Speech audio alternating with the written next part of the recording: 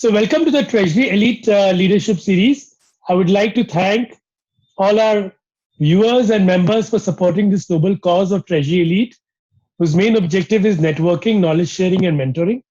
Time and again, we bring in world class speakers, thought leaders across the world in the field of Treasury, global financial markets, management, and leadership, and conduct various programs and webinars in different formats. Treasury Elite Leadership Series is one such format where we learn from industry leaders about their experiences about running their businesses, opportunities and challenges they encounter, and broad trends they see for the future. Good afternoon, everyone. I'm Abhishek Goenka, founder of IFA Global, Treasury Elite. We bring in world-class FX and treasury practices for companies across India for the last 15 years. And today we have Mr. Lalit Agarwal.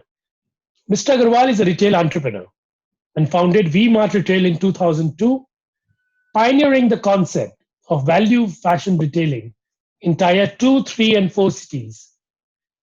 In his stewardship, VMart's footprint has grown to 260 plus stores across 19 states, delivering affordable fashion to more than 35 million customers annually. Further climbing from strength to strength, VMart has won several accolades and prestigious awards, starting from Transforming India Through Retail Award, recognized by the Ministry of Textile, Government of India, and presented by the Honorable Union Minister of Textiles in 2019, and many others. Lalit has also attended the prestigious Owner President program at Harvard Business School. He earned a bachelor's degree in commerce from Bombay University and diploma in financial management from Narsi Monji Institute of Management Studies. What people do not know about Lalit is that he invested his college donation money to start his business in Mumbai at the age of 18 years and started a printing and packaging unit before VMart. He speaks 5 languages apart from Hindi and English and enjoys cricket and yoga during his free time. Welcome, Lalitji. How are you doing today? Yeah, thank you so much. Thank you, Abhishek. Good to see you. Glad to have you today as a part of Treasury Elite Entrepreneur Series. In the next 30 minutes, we'll love to hear about your experiences. Well, Lalitji, please take us through your journey since 2003 when you opened your first store near the Law College in Ahmedabad. What made you shift in this new line of business when you are already pretty comfortable with your printing and packaging business? Okay, Abhishek, no, thank you for all the kind words and the details that you give to the people. And no, definitely, it has been a very very interesting journey.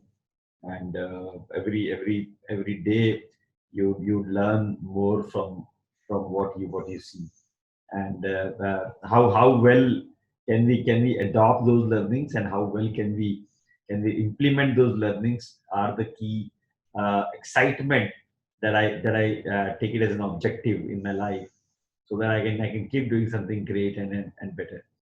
So and the journey, as you rightly said, started with me going to Mumbai, taking I wanted to take an admission in engineering college, and then not taking that admission, opening up a printing and press in Mumbai, and doing my education simultaneously, graduation simultaneously. So that was the onset of my work life, or my work education balance, and investing time in friends versus investing time in business. So there were a lot of stuff that you learn during those times when you are young, and you manage how to balance your emotions, and you manage how to balance your time, or balance your energy. So and then it has been very interesting, and definitely working in that Mumbai area of Sakinaka, where you work with laborers, you learn Marathi, you work with them, and simultaneously you adopt a business, or you work within a business which is a partnership model, which gives you a lot of learning. So I think and during those times, after 10 years, I happened to once again bounce with my one of my cousin who used to operate this retail store in India, in Calcutta, and then I moved with him to Calcutta to open up a retail chain, which was then called Vishal Megamart. And we did a lot of work. Not only that, but we also opened up a water theme park in Calcutta, which was called Aquatica. So that also was something which was conceived and created by me. And a lot of learning came in from all that. And as retail was running in my blood, because my childhood I spent in my father's tailor shop, and where I used to sit with his in his shop, at times manage the shop when he was not there. So it was always interesting and it was fun for me to deal with those customers, deal with those staff, and work with those tailors to get the outcome. So I learned very all these key things of apparel retailing, right from those times, which was in my blood. And then incidentally I moved to Mumbai, which did not help me a lot in that. But yeah, once again, that whole Calcutta journey helped me with that. And then 4 years I continued along with my cousin, and then I moved out and opened up this retail chain called VMart from Law Garden in Ahmedabad. And why Ahmedabad? Because I thought, because the value fashion retailing concept, which we wanted to do it in an organized manner. And we thought, Gujaratis are the best one appreciating value, and they are the best one asking for value for money. We thought, let's test it with them, and that they can give us a great insight into whether this model is successful or not. And we actually tested in very difficult waters, and we got a great success in those lines, because Gujarat or Ahmedabad or even Western India had not seen any value retailing in apparel, in fashion. So Right. we it was a really motivational stuff, and we got really big, good results out of that, which inspired us to open up more store, and keep focusing and keep bettering our performance. So within like 2 years we opened up around 8 stores with the help of family, friends, and then the equity that we had. It was very small money which I invested when I opened this retail chain, my personal money. But yeah, with the support of friends and family, and turning the capital very fast, managing very nicely the inventory, managing very nicely my capex, my creditors, my brand. We were able to turn this model into a cash cow, and then which in turn gave us good returns to open up more stores and very fast. Uh, Sure. until that time you used to get some limits and arrangement from bank, which was very small, or some families who would help you to support you. And then till 2008 we used to do that and expand, and that time we had like 32 stores. And when we spoke, we wanted a private equity, and we got a touch with Aditya Birla Private Equity Group. And they understood our concept, they understood our project, they understood our plan, and they were interested in investing with us. So it was a difficult decision, but yeah, we took the right decision at the right time. So partnering with them, and they showed a lot of trust in us, and we went ahead and we took money from them. We opened up like another 20 stores in next 1 year. We did a lot of mistakes. We learned out of those mistakes. And immediately those Lehman Brothers crisis happened in 2009-10, and a lot of recession kicked in, and people had bad times, and then even we had bad times. So we had to actually consolidate our stores and close down around 10 stores in the base of 45 or 50 during those times. So which was a lot of learning, not only from our mistakes, but also peers' mistakes that we did. And we continued our operation in a little conservative manner, a little more efficient manner. We developed a thought process model where we thought that this value retailing will be more appreciated in smaller towns, where there is a higher need. Because what happens in India is that the large population is below a particular income group, and they are middle and the aspirational income group, who lives in small town, and who do not earn too much of money, but has aspirations to consume almost good products, and want to live a better lifestyle which a metro person wants to live. So and we found that that was an opportunity which we got to catch up, and there was not too much of organized retail in those towns. So Sure. we wanted to give value to those customers. We gave Sure.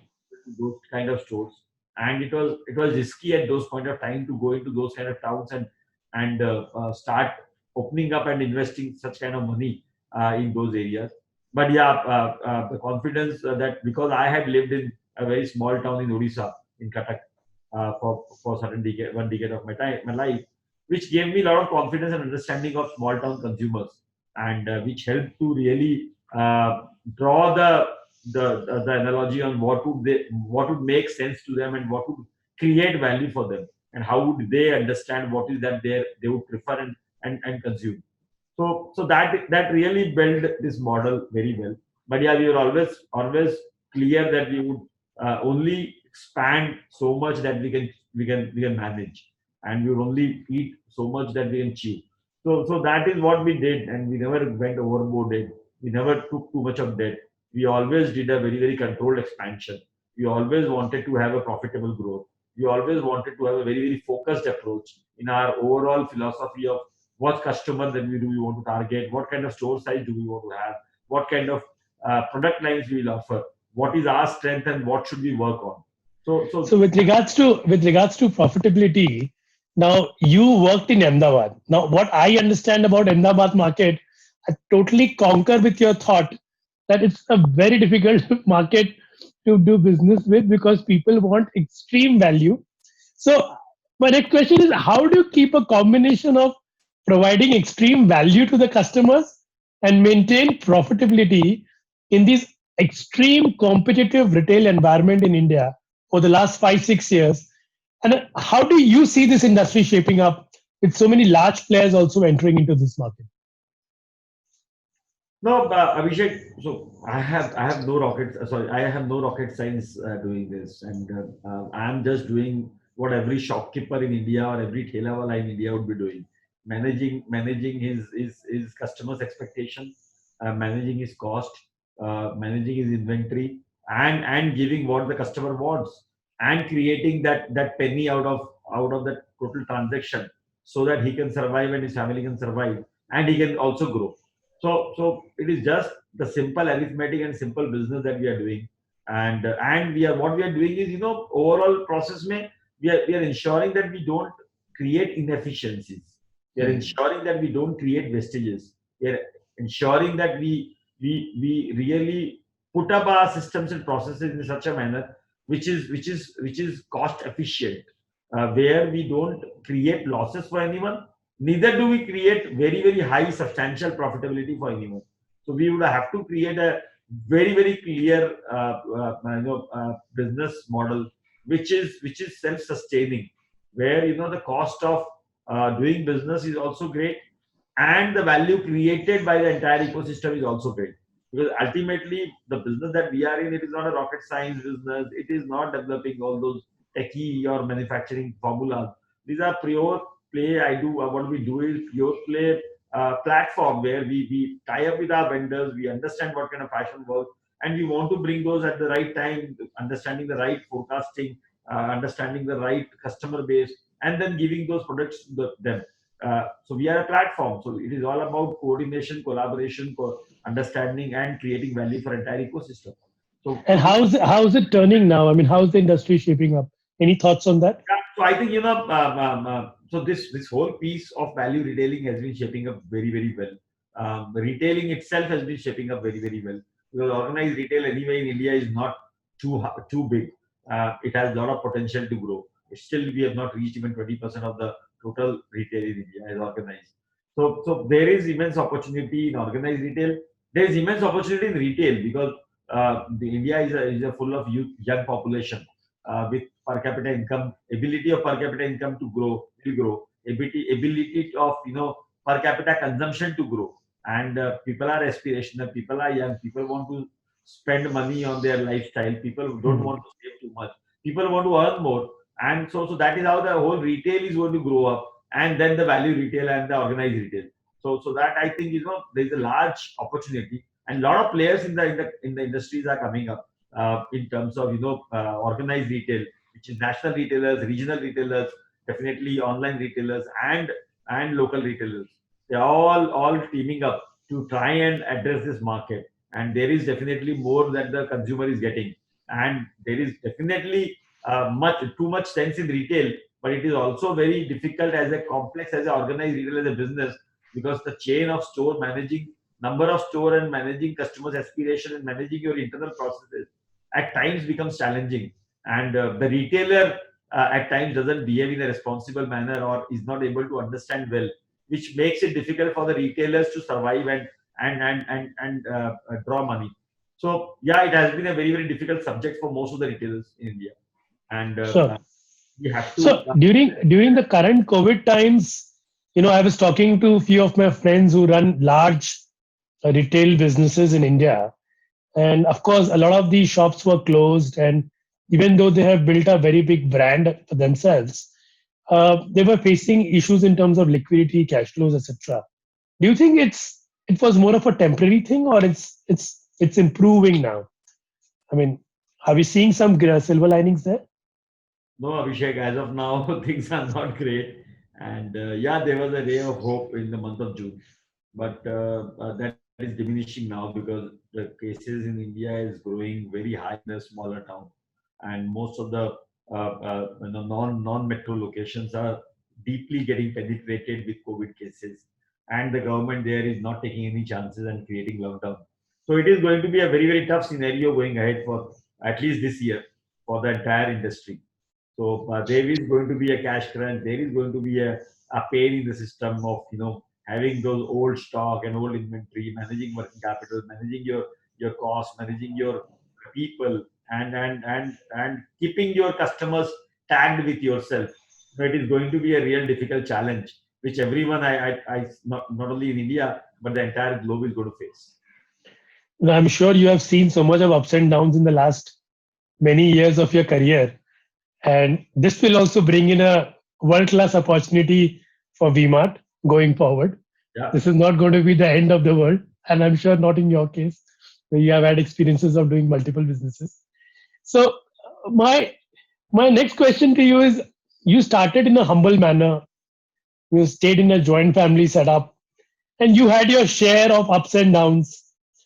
Please share one of your most extreme life changing experience and how your personal or professional life totally evolved post that.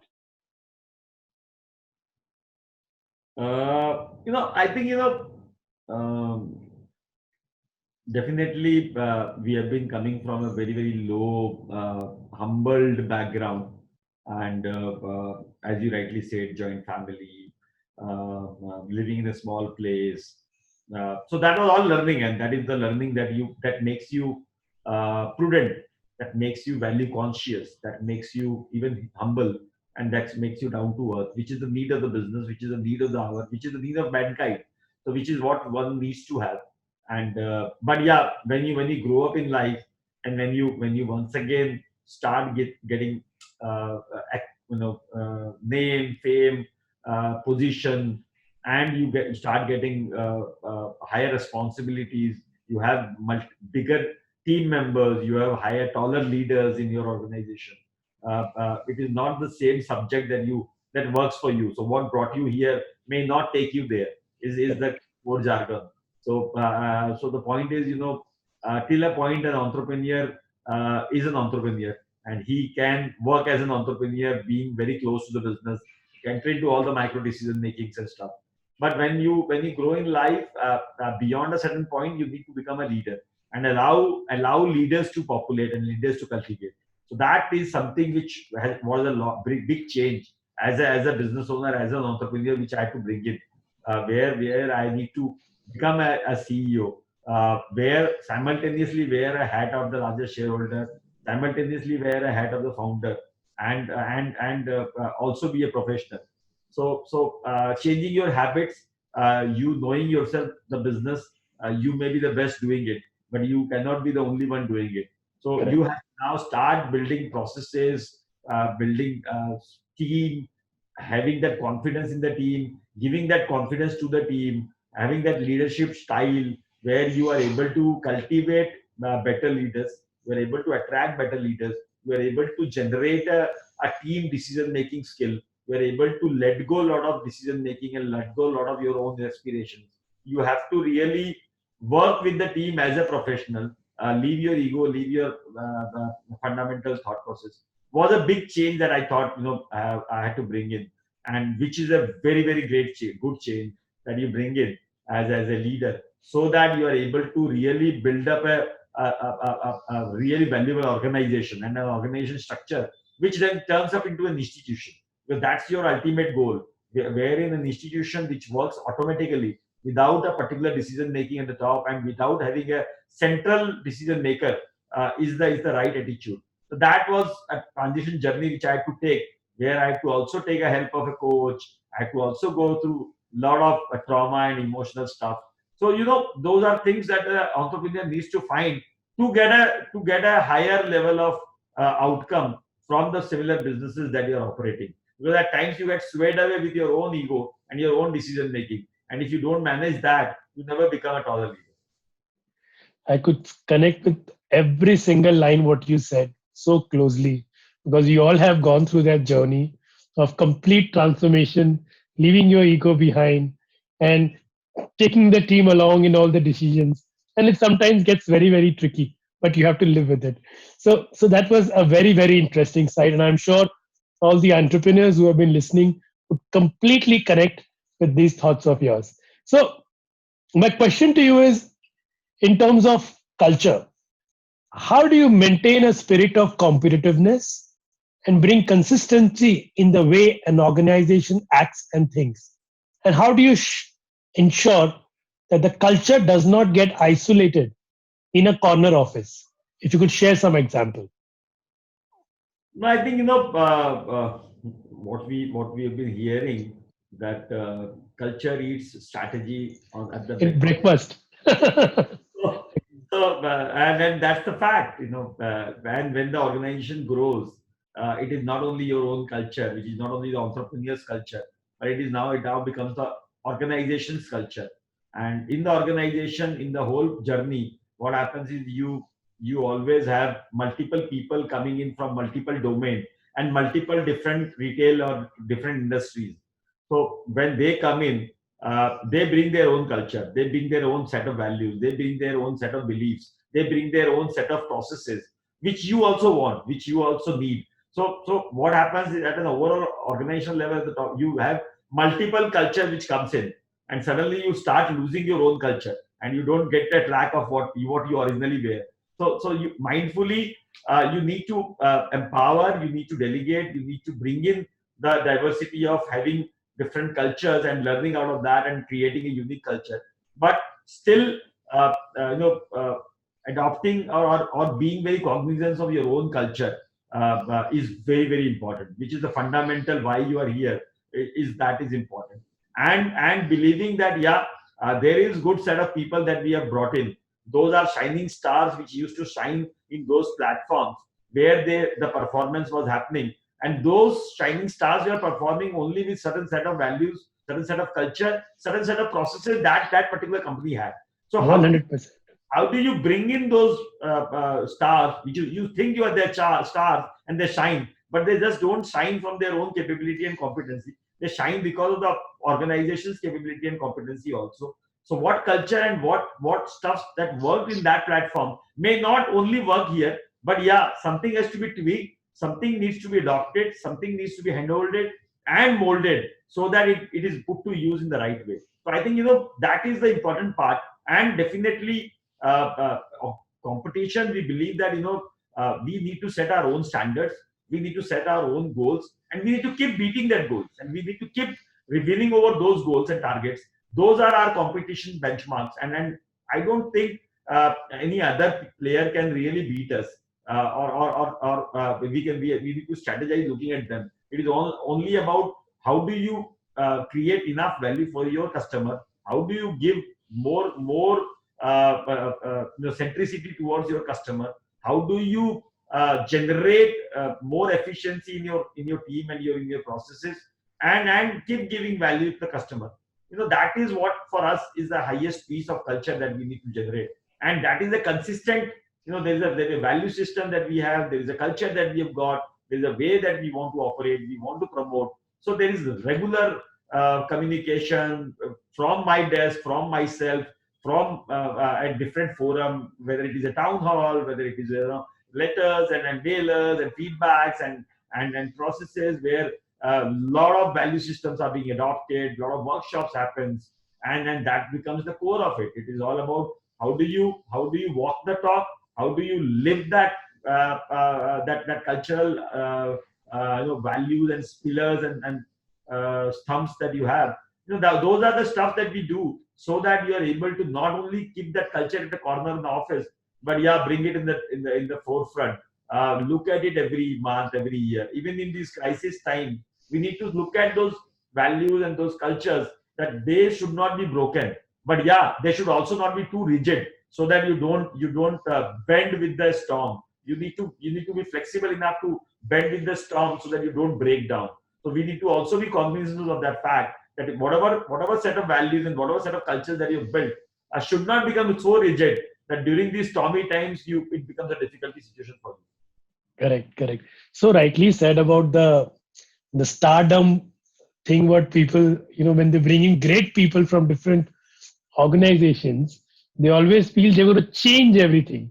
But I see that you did a course with Harvard, and one of my professors, when I was doing a short course over there, gave an example of a company. And since you mentioned this, that a CEO was brought in from another company on the thought that he's going to change the company.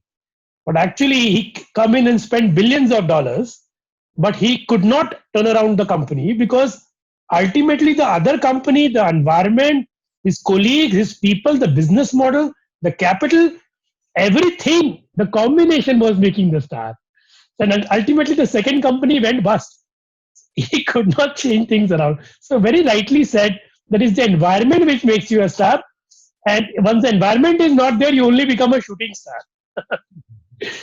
So, Lalitji, uh, as a veteran and spent so many years in entrepreneurship, uh, what are the three major things or a message that you would like to give to emerging entrepreneurs who are in their early 20s or in their early 30s and who are struggling with these kind of problems that you mentioned?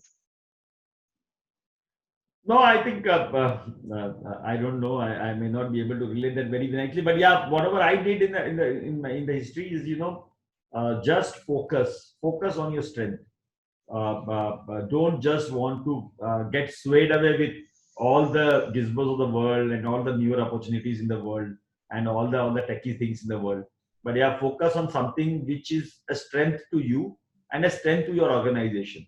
And believe me, getting into multiple businesses may not help you, but getting deeper into one business and becoming a master of that business and creating a edge out of that can really mean a lot to do. And there is a lot of opportunity in any business that you name. Maybe the ways of doing can change, but the business may not change. So one is very clearly focus. Two is very clearly, I mean, do work in an organized manner with an organization. Have processes. Do spend some time on that if you've reached a certain size. But if you have not reached a certain size, I think you just need to work. You can't just focus enough on those stuff. You first need to work to build up a sizable business, and then work on processes and cultures and stuff. Because a lot of people at times enter into, either you don't have processes even you have become bigger, or you start becoming taking in processes right from the start of the day one, and the business doesn't come in. So we at times get misled with various stuff. So we need to really be very mindful of what stage of journey are we in, and what are the actions that are required there. And the most important, the third point would be, be very conscious of your cash profits. If you are not making a profitable business, and if you are not able to generate a profitable business, be conscious of your expansion, be conscious of your expenses, be little prudent, because today is the time, and every time it is a time of prudence, of value creation. Every individual seeks value. So in Hindi we say, पैर उतना ही पसारना जितनी बड़ी चादर हो. So don't spread your legs too far so that you catch cold. So that is a key message that I had been. Don't over leverage yourself. Don't go too out and be bullish about your dreams. And yeah, you should be always excited. You should always chase your dream, but not be bullish about it and do everything and anything so that you go out of hand. And normally what happens, when you go too high, you fall down, and then you shakes up.